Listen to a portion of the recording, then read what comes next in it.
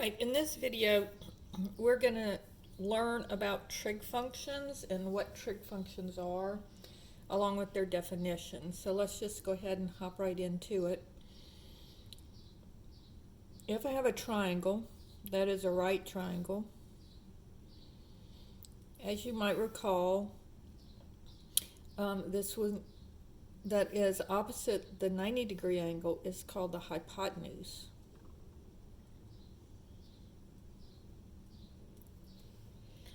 And it's always the longest side in the triangle. Now, let's call this angle here theta. Now, the side that is opposite this angle, we're going to call the opposite side. And then the side that's left over will be called the adjacent side, which means that it's right next to it. So it's the shorter side. It's not the hypotenuse. It's the shorter side that's right next to the angle theta. So when I'm working with a problem like this, I'm going to remember three different trig functions.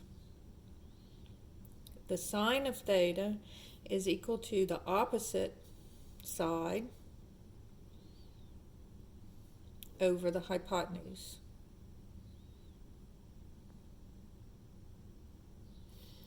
The cosine of theta is the adjacent side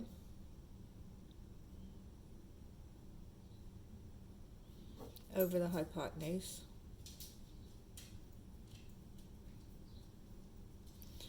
And the tangent of theta is the opposite side over the adjacent side.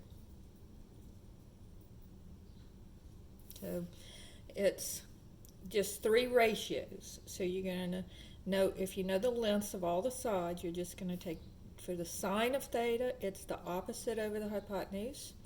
For the cosine of theta, it's the adjacent over the hypotenuse. And then for the tangent of theta, it's the opposite over the adjacent. So I'm going to write just the first letters of each one. So this is an easy way to remember it. It's so, ca, toa. Sine is opposite over hypotenuse, so, ca, adjacent over hypotenuse, and toa is tangent is opposite over adjacent. So, ca, toa. So let's look at an example of one of these problems.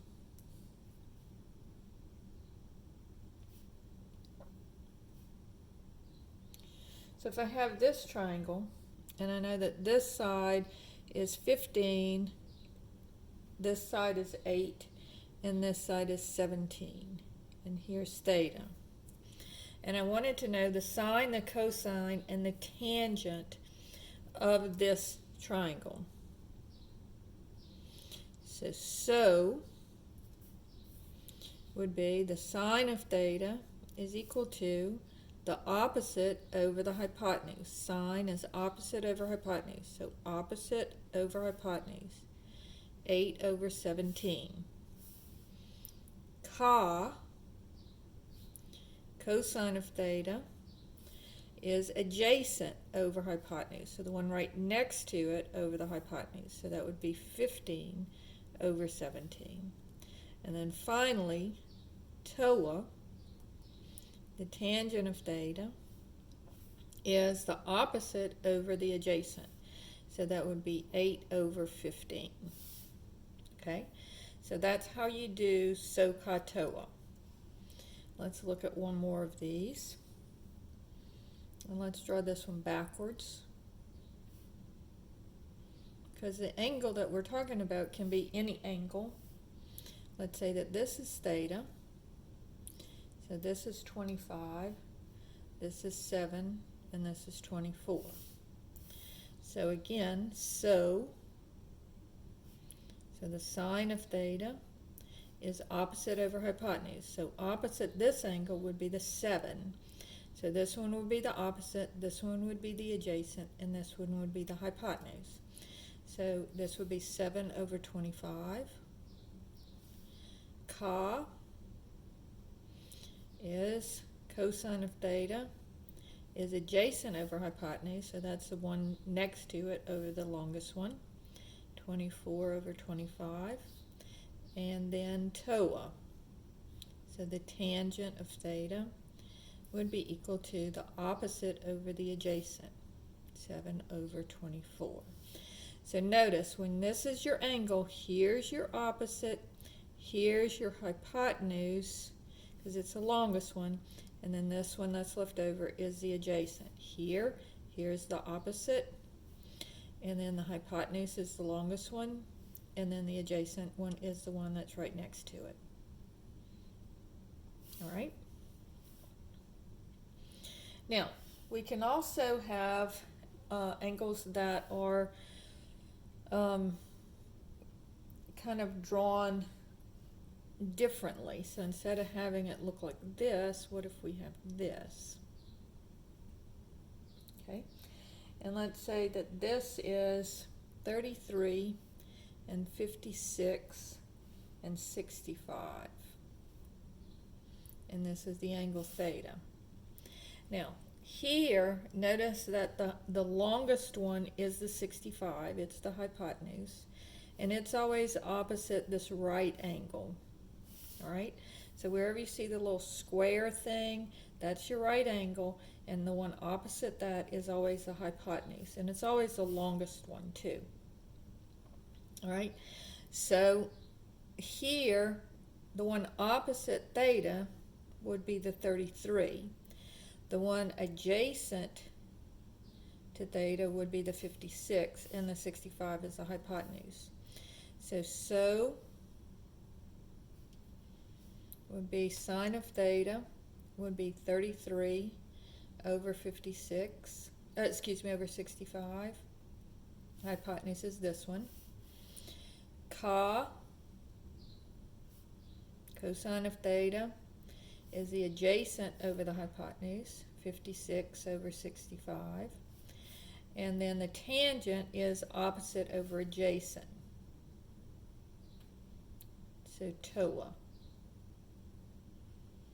So opposite is 33 over the adjacent, which is 56. So this is 65 here. All right, so there is the SOHCAHTOA for one that's kind of drawn in a different way than what we were when we saw the first ones. Problem number 4. Say it looks like this.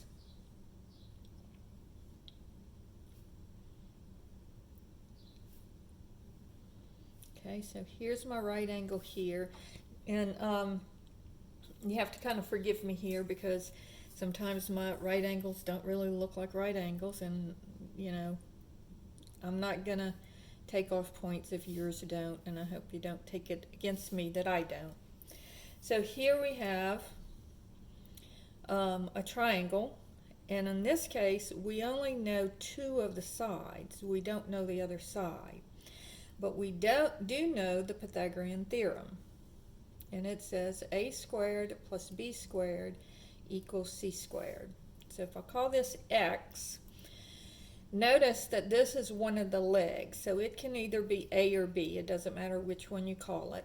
But notice that the hypotenuse is the c, so this one has to be the c, and then these two can, either one of them can be the a or the b. So let's let this one be the a and this one be the b.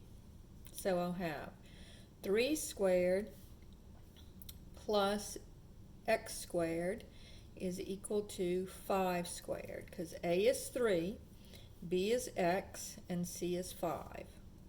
So this would be 9 plus x squared is equal to 25. Subtract the 9, and I get x squared is equal to 16. And then take the square root of both sides. And normally we would do plus or minus here, but this is the length of a side of a triangle, so we're only going to take the positive square root. So this will be 4. And so now I can do my SOHCAHTOA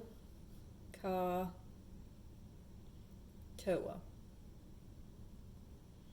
All right, so my sine of theta will be equal to, and let's say that this angle here is theta. So now this would be my opposite, because it's opposite the angle theta. This is the longest side, so this one is the hypotenuse, and then this one would be the adjacent. All right, so I will have 4 over 5 for opposite over hypotenuse. Cosine of theta is adjacent over hypotenuse, so that would be 3 over 5. And the tangent of theta would be opposite over adjacent, so opposite over adjacent. So if you have a problem similar to this, the easiest thing to do, you use the Pythagorean theorem if you have to, and then once you do that, then you identify which one is the opposite, which one is the hypotenuse, and which one is the adjacent. Okay, let's do one more of these. So let's say that I have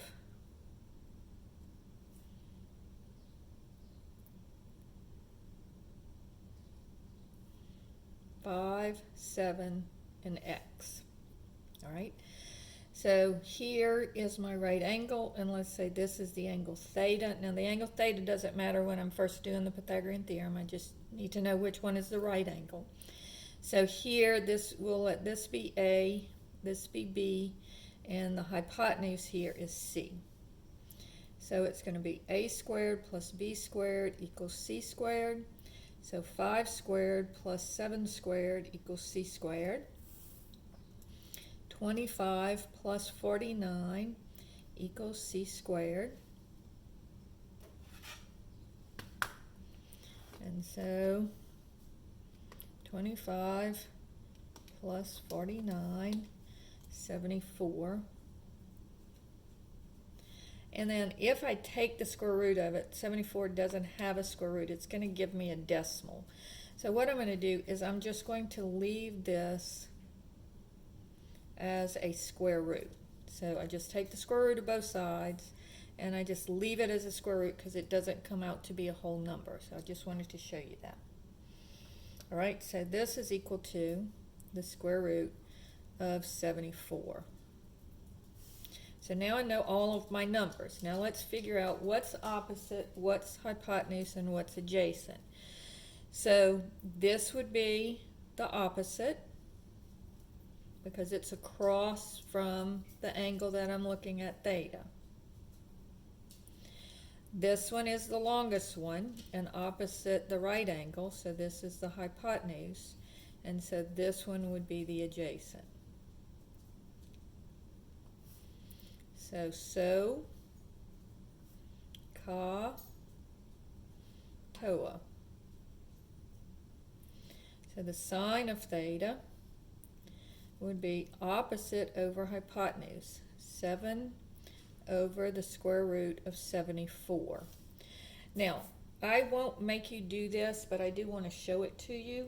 If you want to rationalize the denominator, you just multiply by whatever this is. Square root of 74, square root of 74, numerator, denominator. All right? So this becomes 7 times the square root of 74 over, and watch what happens. If I do 74 square root times 74 square root, I get 74 because this becomes 74 squared. So this will be 74. Now notice I cannot cancel the 74. Sorry, my light just fell.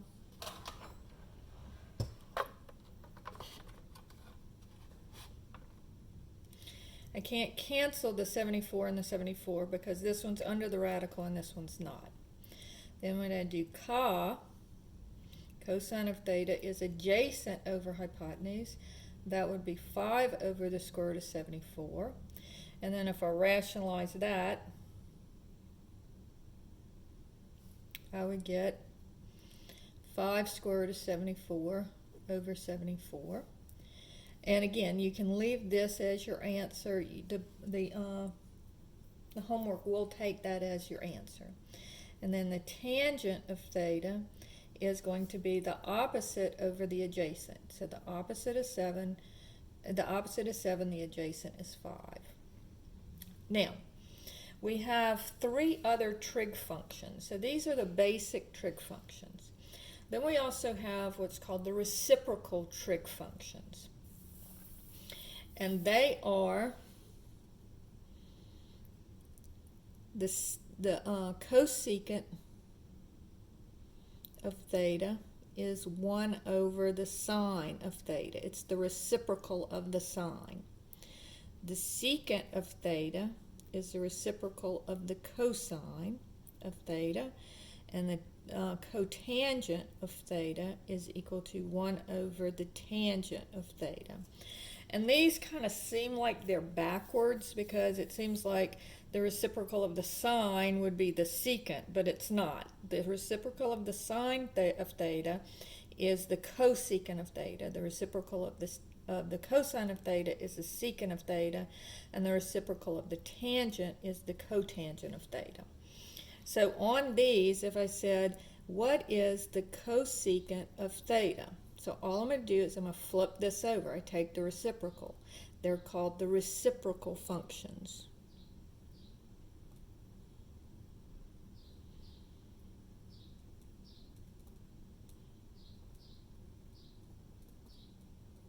All right, so you just take the reciprocal. The secant of theta, you flip over the cosine, 17 over 15. And the cotangent of theta would be 15 over 18. Over 8, I'm sorry. All right. Reciprocal of this one, cosecant of theta would be 25 sevenths. The secant of theta would be 25 over 24. And the cotangent of theta would be 24 over 27. Now let's jump down here to where we had the square root. If I do the cosecant of theta here, when I don't take the rationalized form, take the unrationalized form and just flip it over. So the radical actually goes into the numerator. All right, so you get square root of 74 over 7. The secant of theta is the reciprocal of the cosine, so the square root of 74 over 5. And the cotangent of theta will be the reciprocal of the tangent, so that would be 5 sevenths. So that is how you find the sine, cosine, and tangent of a triangle. And sometimes they'll give you all the legs. Sometimes you have to use the Pythagorean theorem to find the lengths of the legs. Once you know the basic trig functions, you can do the reciprocal trig functions simply by taking the reciprocal. So if they just ask you, well, what is the cosecant of theta? So let's say on this one, they didn't ask for all of this. They just said, here's a triangle. What is the cosecant of theta? Well, the cosecant is the reciprocal of the sine. And so you just do the sine of theta and then take the reciprocal. So the cosecant of theta would be 65 over 33, and so forth and so on. So that's how you work just basic trig functions.